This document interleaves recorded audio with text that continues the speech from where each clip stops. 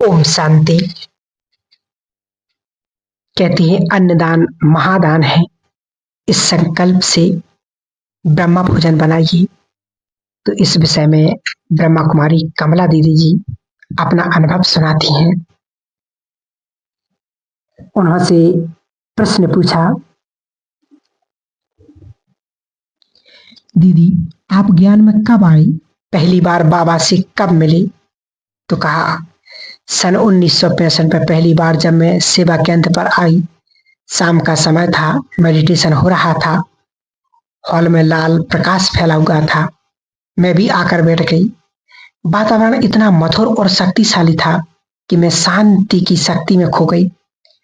कुछ समय के पश्चात बहनों ने सफेद लाइट की मुझसे मेरा परिचय पूछा और राजयोग का प्रथम दिन का कोर्स कराया। कोर्स करते करते शांति की बहुत तीव्र अनुभूति हुई और परमपिता परमात्मा की भी अनुभूति हुई। कोर्स पूरा होने के बाद क्लास में आने लगी। फिर बहन जी ने ज्ञान के सारे नियम बताए। हमारे विद्यालय के 4 नियम हैं: पवित्रता, शुद्ध अन्न, देवी गुणों की धारणा और हर रोज पढ़ाई पढ़नी। मैंने उस दिन से लेकर के आज तक कभी बाहर की चाय भी नहीं पी। किसी के घर का मैंने जल भी नहीं पिया। कभी कभी बहन जी ने के द्वारा कहा जाता है कि आप यहाँ आश्रम पर भोजन करके जाना। उस भोजन को जब हम स्वीकार करते थे तो हमारे बहुत फर्क पड़ जाता था। मैंने सोचा कि मैं भोजन बनाती हूँ, लेकिन इस भोजन में और हमारे घर के भोजन में बहुत फर्क है। महसूस यह किया कि यह यज्ञ का अन्न है, वह हमारी लौकिक कमाई का अन्न है। मैंने अपने जीवन में विशेष अनुभव अन्न का प्राप्त हुआ है। ये नियम हमारा पक्का रहा कि भोजन अपने पवित्र हाथों से बनाया हुआ हो। कोई धारणा वाला व्यक्ति हो, उसी के हाथ का भोजन स्वीकार करना चाहिए। फिर दीदी से प्रश्न पूछा कि भोजन करते समय आपकी स्थिति कैसी होती है? तो कहा जब हम भोजन करते हैं तो हम यह नहीं देखते कि अच्छा है, नमक है या नहीं, गर्म है या ठंडा। हमें महसूस करते हैं कि प्रभु प्रसाद है। प्रभु प्रसाद समझ कर ग्रहण करते हैं। उस अन्न से आत्मा को पवित्रता की शक्ति प्राप्त होती है। उसके फलस्वरूप हमारे मन में विकल्प, अशुद्ध विचार तो क्या व्यर्थ संकल्प भी नहीं चलते। मन में पवित्रता, शांति, एकाग्रता आ जाती है। धीरे धीरे शुद्ध अन्न का हमारे जीवन पर बहुत बड़ा प्रभाव पड़ता है। जितना हम अन्न का ध्यान रखते हैं उतनी ही आत्मा की शक्ति भी बढ़ती जाती है।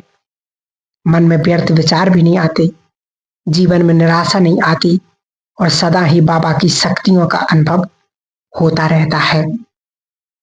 फिर दीदी से प्रश्न पूछा कि दीदी जी, जैसे आपने कहा कि बाहर का पानी भी नहीं पीते थे, जल तो जल होता है। हम किसी के घर जाते हैं, अगर पानी नहीं पीते तो उनको बुरा नहीं लग जाएगा?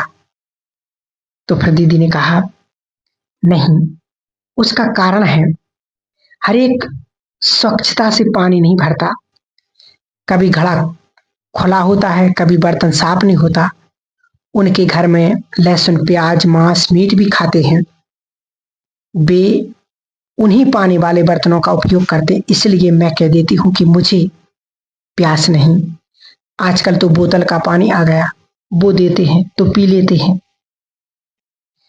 फिर मैं यह भी कह देती हूँ कि मैं पानी टाइम से पीती हूँ, हर वक्त नहीं पीती हूँ। फिर दीदी से प्रश्न पूछा कि दीदी कांच के गिलास में पानी ऑफर करते पीना चाहिए या नहीं पीना चाहिए? तो दीदी ने उत्तर दिया कि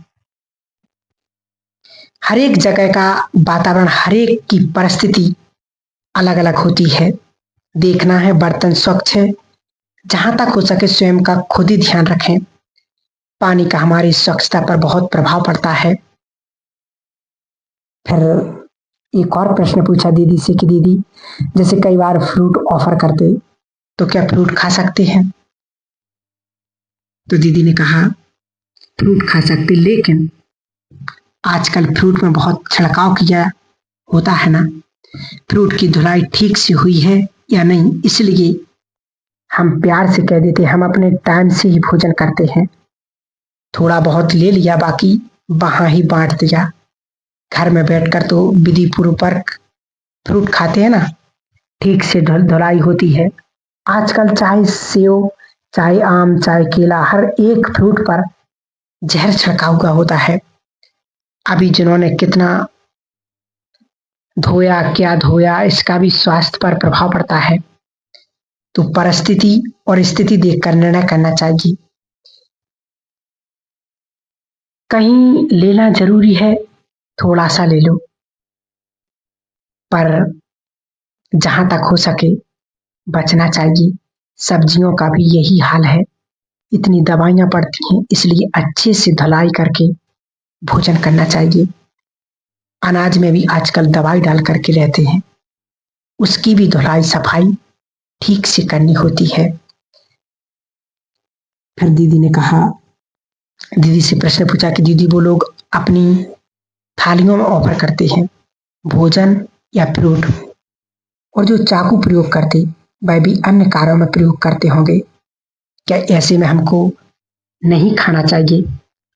तो कहा उत्तर में कहेंगे, आज व्रत है, युक्ति से मुक्ति लेनी चाहिए, वे नाराज भी ना हो और हमारा नियम धारणा भी ना टूटे। फिर प्रश्न पूछा कि बाबा तो जो भावना से लेकर आते उनका खाना खाते थे, माता आकर बनाती थी तो क्या उनको भी खाते थे, उनका भी खाते थे? तो उत्तर में कहा, बाबा की किचन में सब नहीं बनाते थे, खास लोग ही बनाते थे। ब्रह्मा बाबा का भोजन, बाबा की तो स्थिति ऊंची थी, ब्रह्मा बाबा के अंदर तो स्वयं परमात्मा की प्रवेशता थी, वह तो सर्वशक्तिवान है, हम तो आत्मा है। व्यवहार में भी किसी को नाराज नहीं करें, पर अन्न का प्रभाव बहुत पड़ता है। फिर एक और आखिरी प्रश्न पूछा, क्या मशीन मेड खा सकते? उत्तर, कई लोग कहते हैं मशीन का बना है, ऐसे ब्रेड आते जो अनटच होते हैं। कहने को है अनटच, लेकिन मैं खुद फैक्ट्री में गई हूं और देखती हूं, मैंने देखा जो खड़े हैं उन्होंने मैदा डाला, घी डाला, फिर पैक करके रखा, तो इतने लोगों का वाइब्रेशन तो गया ना उसमें। उन्होंने दिया तो मैंने नहीं खाया। भले ही कहते हैं कि मशीन से बना है, लेकिन वाइब्रेशंस तो होता है ना। फिर पूछा, दीदी बाबा को भोग लगाने की जो विधि है वो क्या होती है? उस समय हमको कौन सी स्थिति में रहना चाहिए?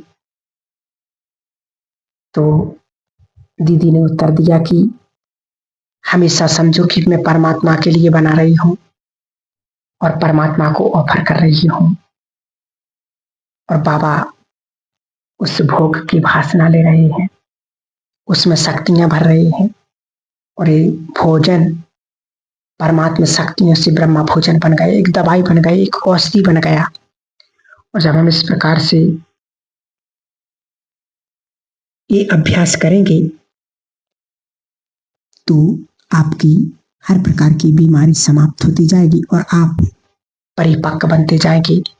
ऐसे स्वयं को, अपने आप को बचाते रहना है और आगे बढ़ते रहना है। यही संगम युग की विशेष शिक्षाएं हैं, विशेष धारणाएं हैं, जो बाबा हम सभी बच्चों के लिए समझाते थे, सिखाते थे, वो आज सभी बच्चों को भी करना है।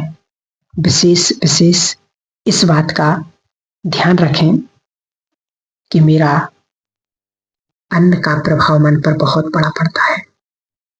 तो सभी जरूर इसे सुने, समझें और अपने नियम धारणाओं में परिपक्व होते जाएं, पक्के होते जाएं। ओम शांति।